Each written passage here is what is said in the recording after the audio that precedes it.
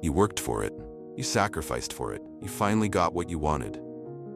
So why do you still feel empty? Success was supposed to feel like peace, like purpose, but instead, it feels like a quiet void. If you've ever looked around and thought, this is it, you're not alone. What you're feeling isn't failure. It's a crisis of meaning, and the Stoics warned us about it 2,000 years ago. Let's talk about why modern success often leads to ancient suffering. We live in a world obsessed with results, medals, job titles, follower counts, external proof that we've made it. And for a while, that validation works. It gives us a high, a sense of control, but it fades quickly. This is what psychologists call the hedonic treadmill. The moment we achieve something, the brain resets its baseline.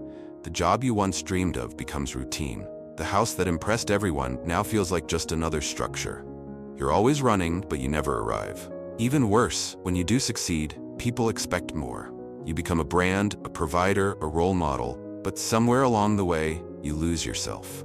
The very things you built your life around no longer fulfill you. Marcus Aurelius once wrote, "Ambition means tying your well-being to what other people say or do. Sanity means tying it to your own actions." The more you chase external goals, the less peace you'll find inside. This is the achievement trap, a cycle that rewards hustle but punishes reflection. You keep achieving, hoping the next goal will fix the emptiness. But it never does, because the problem isn't what you're chasing, it's why you're chasing it. You get the promotion, the recognition, the applause, and a whisper creeps in. You don't really deserve this. That's imposter syndrome. It's not just insecurity, it's self-rejection disguised as humility. Up to 70% of successful people experience it. Psychologists say it's rooted in perfectionism and early childhood beliefs, where love was earned through achievement. So now every win feels like luck, not skill. You fear being found out, and that fear steals every ounce of joy. Even Marcus Aurelius, Emperor of Rome, doubted himself. In his meditations he wrote, "Do not waste time arguing what a good man should be. Be one." In other words, stop questioning if you're worthy. Live worthy. Imposter syndrome thrives in silence. You hide it, thinking no one else feels this way. But here's the truth. The more competent you are, the more likely you'll feel like a fraud. Why? Because growth always stretches your identity, and identity hates change. Stoicism teaches us not to base our worth on feelings, but on action. You are not your doubt. You are what you do, every day when no one's watching. You can have all the boxes checked, wealth, status, relationships, but still feel like something's missing. That something is meaning. Psychologist Viktor Frankl, survivor of Auschwitz, wrote that humans aren't driven by pleasure or power. We're driven by purpose. When we lack it, we suffer. Not from pain, but from pointlessness. Stoicism agrees. Think about that. You've built a life, maybe even an empire, but if it doesn't align with your deeper values, it becomes a cage. A golden one, sure, but a cage nonetheless. Most people confuse movement with meaning. Busy schedules, endless to-do lists, social media posts, they mask the internal emptiness. But at night, when the noise fades, the truth returns. You don't feel alive. You feel occupied.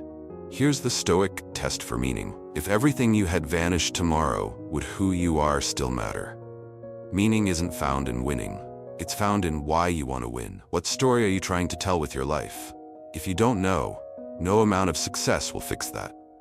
We don't measure success in isolation. We measure it against other people.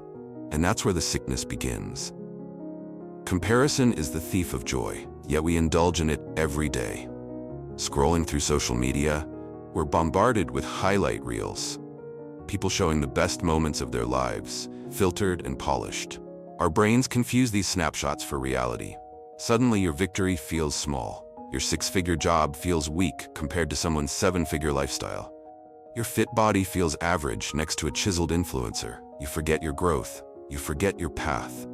Stoicism cuts through this illusion. Marcus Aurelius wrote, "If you are distressed by anything external, the pain is not due to the thing itself, but to your estimate of it." In simpler terms, you suffer more in your judgment than in the situation itself. True success is internal. It has nothing to do with the size of your house or the number of followers you have. It's about alignment. Are you living your values? Are you showing up for the hard things?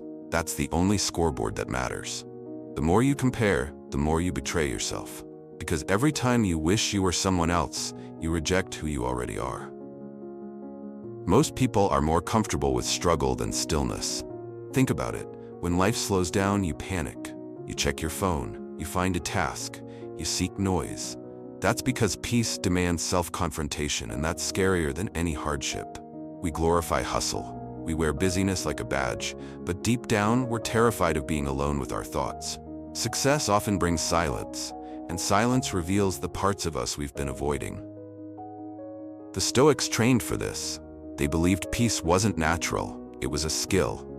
Epictetus taught that we must practice poverty regularly, not to suffer, but to learn detachment. To prove to ourselves, I can survive without the world's applause. Modern success is loud, but wisdom is quiet, and quiet is uncomfortable until you learn to master it. If you feel uneasy, even in your highest moments, it might be because you've never learned to sit with your mind without distraction. Peace isn't found in the next milestone. It's found in your ability to be content before the next one. Here's the truth. Success is a goal. Fulfillment is a lifestyle. Success is climbing the mountain. Fulfillment is appreciating the climb, no matter how steep.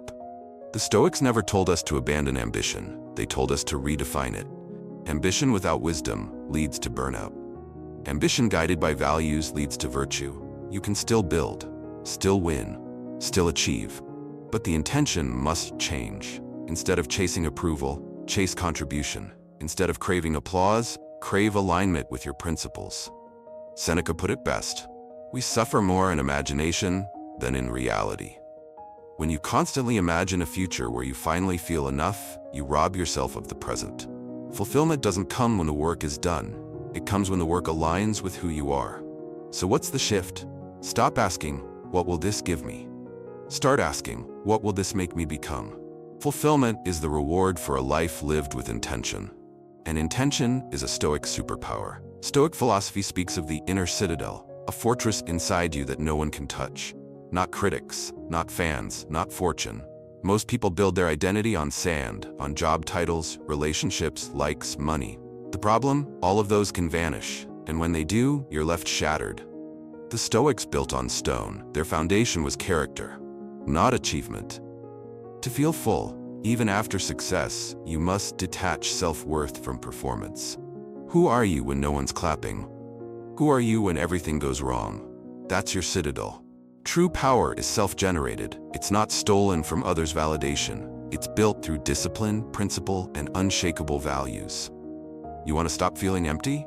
Start becoming someone you respect when the lights go off. Someone who doesn't need praise to feel peace. Someone who acts not to impress, but to express truth. The world will always try to define you, but the Stoic warrior defines himself, every morning, with action. If success feels hollow, it's not because you're broken. It's because you were misled. You were told that more is better, that wealth equals worth, that happiness lives just one achievement away. But the truth is simpler and older. Peace doesn't come from what you win, it comes from who you become. The Stoics knew this. They didn't reject success, they just refused to worship it. Your emptiness is a sign, not of weakness, but of awakening. Now, build something better. If this video spoke to something you felt but never said, you're not alone. Many of us chase success only to arrive and realize we never defined what it meant. Drop a comment below. Have you ever achieved something only to still feel lost or hollow? Share your story. Others need to hear it too. And if you want more videos like this, blending Stoicism, psychology, and raw truth, hit subscribe, turn on the bell, and join the tribe. We're building something real here, and you're part of it.